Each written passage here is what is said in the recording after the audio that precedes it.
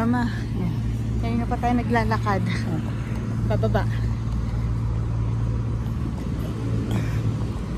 Ito yung Burger King kung saan tayo kumain. Diyan ang likuran natin. Ito yung likod namin.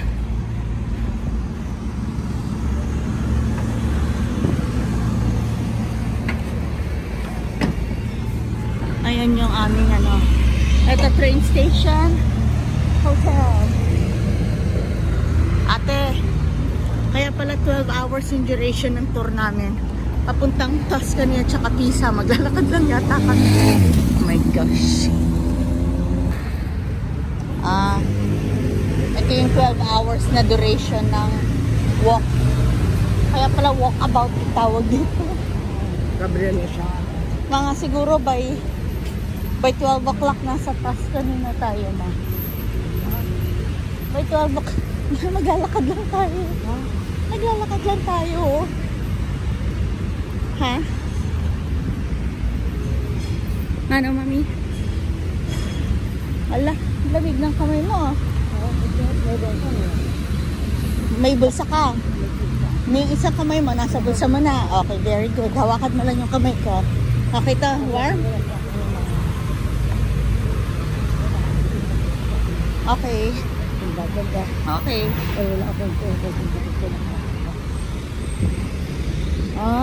Ito pala ang mga bus.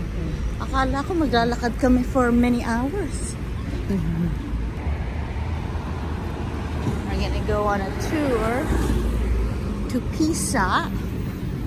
Leaning Tower. And? Siena. And? Siena. No, and? And the winery Chianti. At? Doon tayo magla-lunch. Wow. O sa grapevine. Wow. Sa vineyard.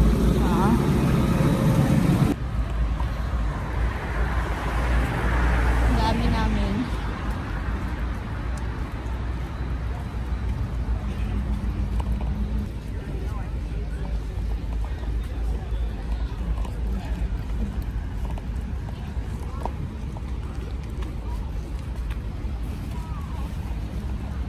Naku, wala kang priority ngayon. Wala kang tungkod na dala. Ayaw mo lagi may tungkod? We also sell cold bottles of water for €1, just in case, because in most of the touristic places is the oldest bridge still standing in Florence. Vecchio means old, Ponte means bridge. So Ponte Vecchio is the oldest and also the original one. All the other bridges were destroyed during the Second World War, and they and it is nowadays. So again, you cannot leave Florence without being at Ponte Vecchio. Okay, it's a must here. You have to know that before, during the Medici's time, the butcher was located in Ponte Vecchio, so completely different place. And Ferdinando I de' Medici decided to move the butcher because the place was too smelly. He didn't like it. Nowadays, if you go there, be careful with your credit cards because it's full of jewelry shops and really expensive shops. Maybe you've been there already, but I suggest you to go there to take nice pictures because the view is beautiful and you can take iconic pictures to bring back home. Ponte Vecchio, okay? It's called the Via Francigena. So Via Francigena is a pilgrimage route. It starts in Canterbury and finishes in Rome. And this is a really ancient path. So pilgrims used to walk all this way to reach Rome, to reach the church. And they such as San Gimignano, Siena. And well, this door is called Porta Romana, Roman door, not because it was made during the Roman time, but because it's located direction Rome, where we are going today. So Siena also is located direction Rome. I'm talking about the south of Tuscany, okay? By the way, what does it mean organic? Organic means that they don't use any pesticides or chemical products. Everything, almost everything they produce is produced over there. So they have their own animals, their own vineyards, and their own olive trees. So they produce their wine and also their extra virgin olive oil.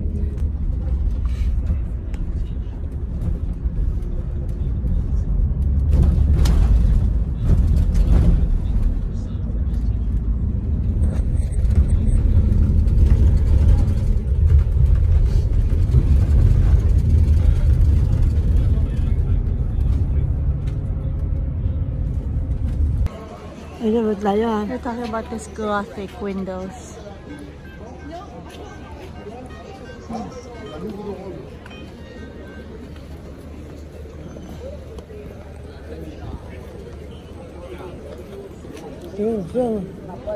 Romulus.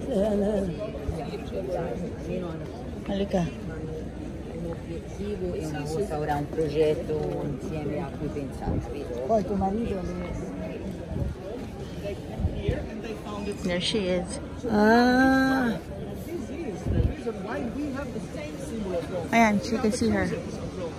We have a noble origin, but we also know the idea that Rome was a republic, and Siena wanted to be a republic, you know, a common good and freedom and justice. So this is our model, and this is why Romulus. you can find the Hugo coming from abroad. This is the presentation of Siena, and it's shown all over. Siena has a Roman beginning. It was a little village in the Roman times, and then became important in the Middle Ages, 12 and 1300. So the Golden Age is the Middle Age, and the fall of the Republic is in 1555.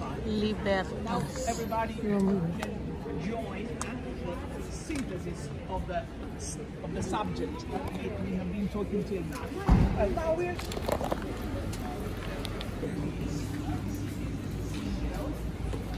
is the symbol of Saint James.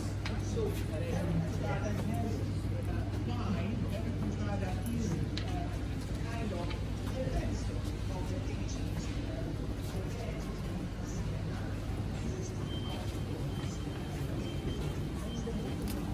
Still city.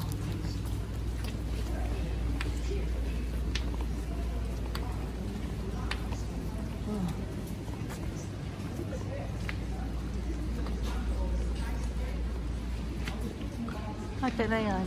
Skyscraper na raw yan. Ito, skyscraper na raw yan. Yung kulay. Terracotta, no? Ano? Iba-iba. Ha? May yellow. May terracotta. Ayun.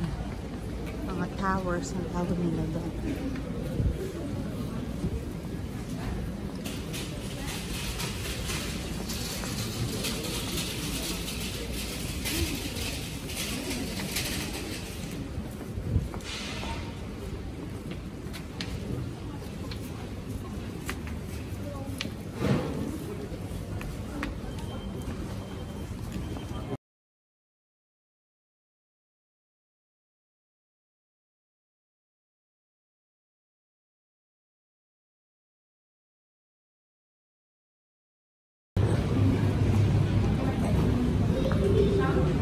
Ating plaza. Oh, look at that. Yung mga towers nila.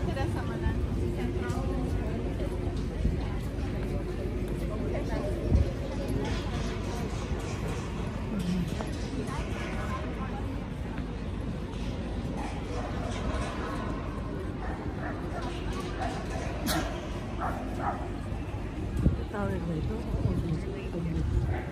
Tower yan, yung bell tower nila. Bell tower po.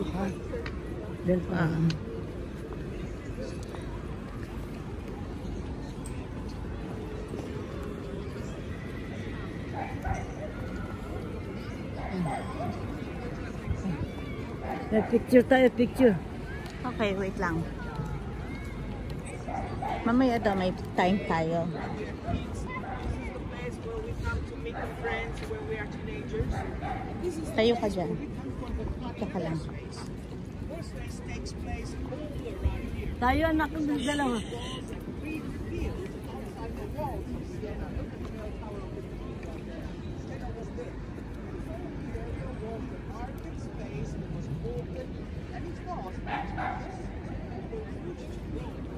so we have these nine magistrates. And that's the building to house the city council. There's two inside there. That is the building we built on purpose. We declared the 8th and that is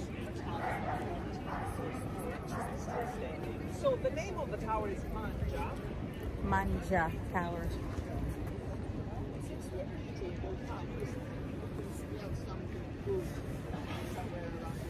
So this tower is named Manja because the Yung tower. Yes, this is the loggia, which is a later addition built up of the clay. To thank means clay. 1150.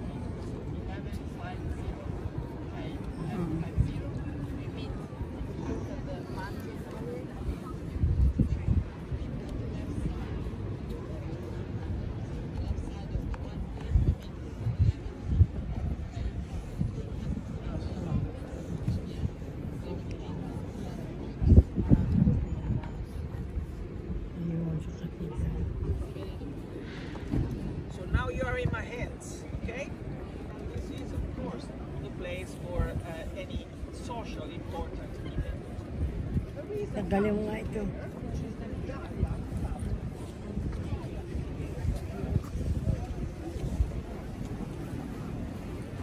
Hawak.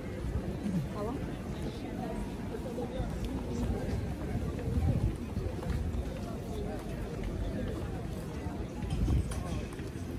$1868.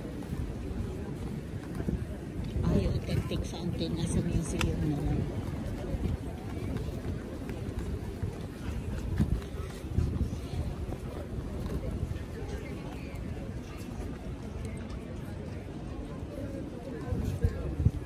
Pinupuntahan pala talaga to. Ito yung mga tiles. Medieval pa rin yung tiles na to. Ito yung tiles nila. Yung tiles nila medieval.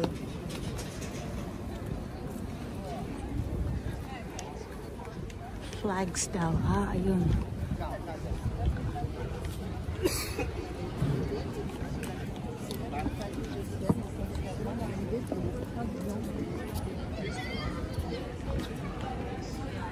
May mga winner daw ng July race. Yung mga flag sila. Yung mga nanalo. That's what I feel as well.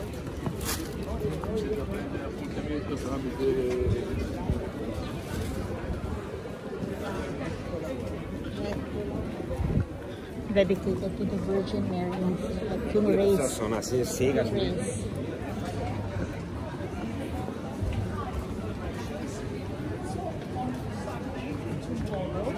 They will have a banquet on the main square of their neighborhood. The final banquet. The horse will be invited too. We love the horses so much. They're our idol.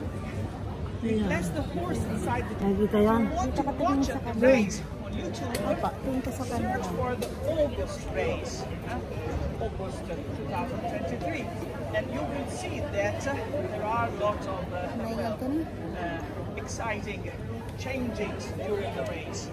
The goose won the August race with the horse without the jockey, and the goose too is going to celebrate.